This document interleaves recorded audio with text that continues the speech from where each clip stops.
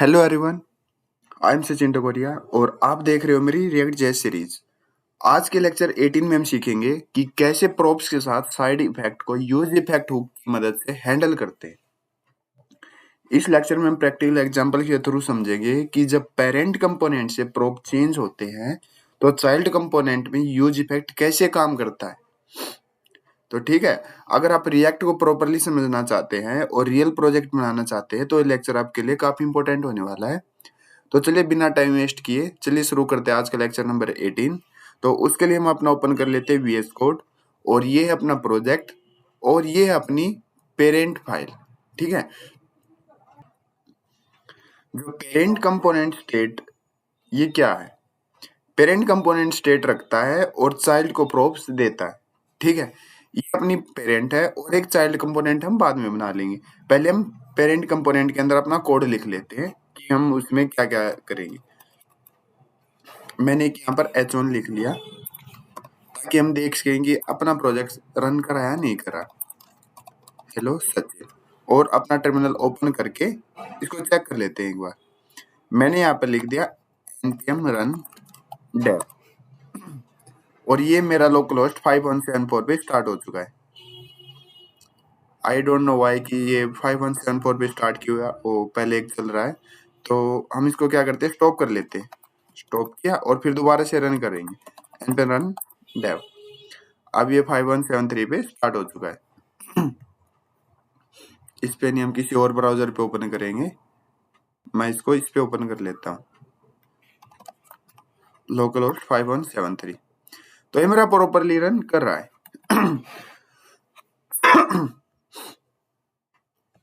तो अब क्या करेंगे, मैं इसको क्लोज कर लेता हूँ। अब चलते एक अपना चाइल्ड कंपोनेंट बना लेते हैं। मैंने बना लिया counter.jsx। ठीक है, मैंने ये अपना चाइल्ड कंपोनेंट बना लिया। अब इसमें क्या करेंगे, मैं अपना एक कंपोनेंट बना लेता हूँ। मैंने बनाया किस नेम से, RFC कर लेते सबसे पहले। ये मैंने कर लिया और इसके अंदर मैं लिख लेता हूँ H1 और इसके अंदर लिख दिया मैंने काउंटर वैल्यू। सबसे पहले तो इनको पायलट को हम क्लोज कर लेते हैं ताकि सिचुएशंस ना आए। बेसिक से कोडिंग करेंगे बिल्कुल। काउंटर वैल्यू सेव किया मैंने और इसको अपने app.jsx में क्या कर लिया, कॉल कर लिया। इसको मैं क्या करता हूँ, डिलीट करके और यहाँ पर अपने काउंटर को कॉल कर लेता हूँ। एंटर किया और ये प्रॉपरली इंपोर्ट हो चुका है। अब देखते हैं, यस काउंटर वैल्यू हमने इसको कॉल करवाया app.jsx में और ये प्रॉपरली रन कर रहा है। अब क्या करेंगे, अपने counter.jsx में आके यहाँ पे बनाएंगे एक फंक्शन बना लेते हैं। ठीक है, फंक्शन का नाम आप कुछ भी रख सकते हो। मैंने लिख लिया handle counter.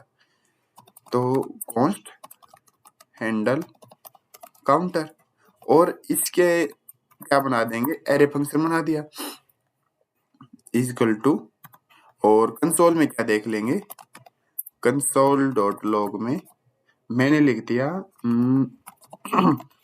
Counter updated. Okay, save कर दिया। अब इस फंक्शन को कहीं ना कहीं कॉल करवा देंगे। मैंने इसको यहाँ पे कॉल करवा दिया। ठीक है, और अब आके देखते हैं अपने ब्राउजर में और अपना कंसोल ओपन कर लेते हैं। मैंने कंसोल ओपन किया तो ठीक है, ये अपना फंक्शन प्रॉपरली रन कर रहा है, काउंटर अपडेटेड। अब क्या करेंगे, अपने app.jsx में आ जाते हैं और इसमें प्रोप पास करेंगे। ठीक है, प्रोप्स पास करेंगे। तो उसके लिए मैं क्या करता हूँ, एक बटन बना लेता हूँ। बटन बनाया और बटन के अंदर मैं लिख लेता हूँ इंक्रीज काउंट। ओके, और एक स्टेट बना लेते हैं इसकी वैल्यूज को होल्ड करने के लिए, और वैल्यूज पास कर लेता हूँ काउंट और इसकी सेट काउंट। और यूज स्टेट में इनिशियल वैल्यू हम क्या रख लेंगे, 0। ठीक है, और यहाँ पर हम क्या पास कर देंगे, काउंट। आप बताइए कि इस काउंट की वैल्यू क्या होगी, 0 होगी। 0 है इनिशियल वैल्यू, बिल्कुल है।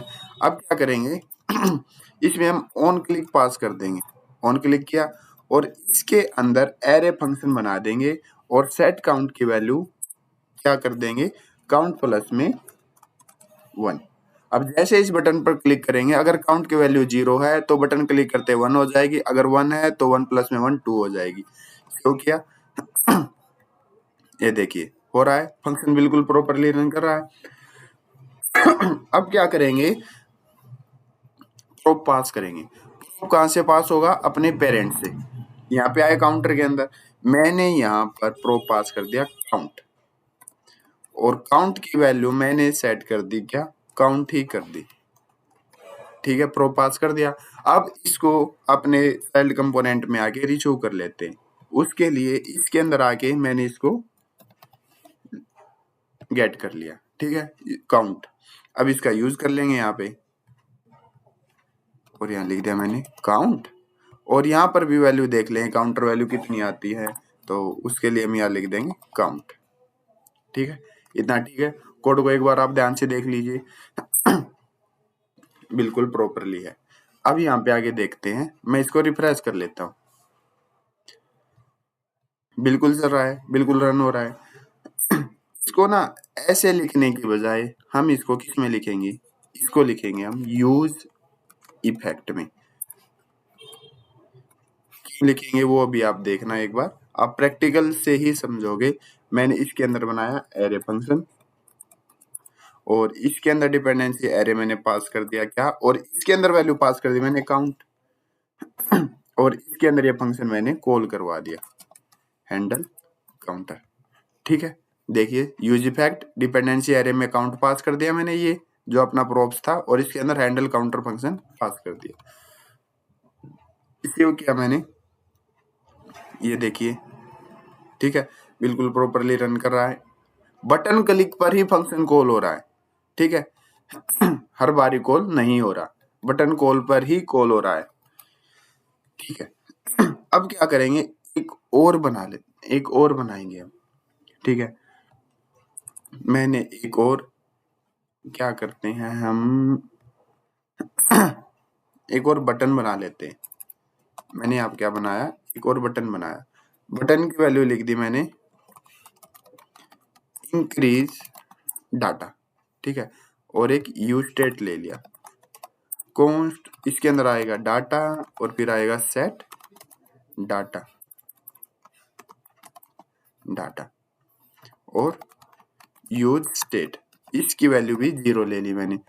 ठीक है, और यहां पास कर दिया मैंने क्या, डाटा, और ऑन क्लिक पे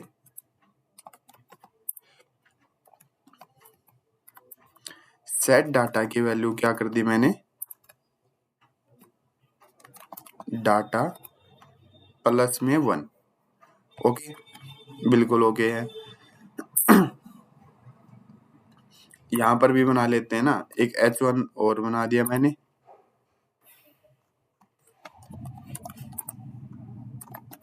काउंटर डाटा सेव किया मैंने, बिल्कुल आ चुका है। इंक्रीज डाटा, इंक्रीज काउंट और इंक्रीज डाटा,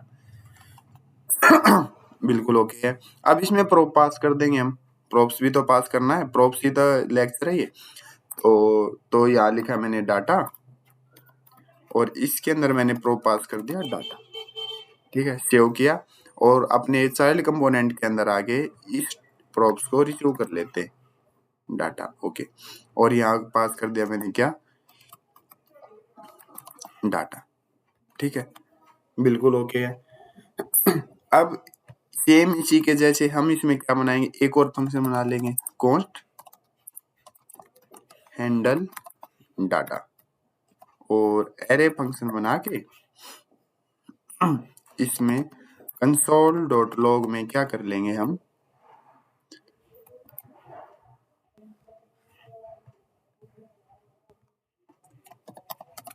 काउंटर डाटा। ठीक है, और इस फंक्शन को मैं बाहर क्या करता हूँ, कॉल कर देता हूँ हैंडल डाटा। ठीक है, प्रॉपरली कॉल कर दिया। यूज इफेक्ट के अंदर मैंने इसको नहीं डाला है, वो चेक करने के लिए।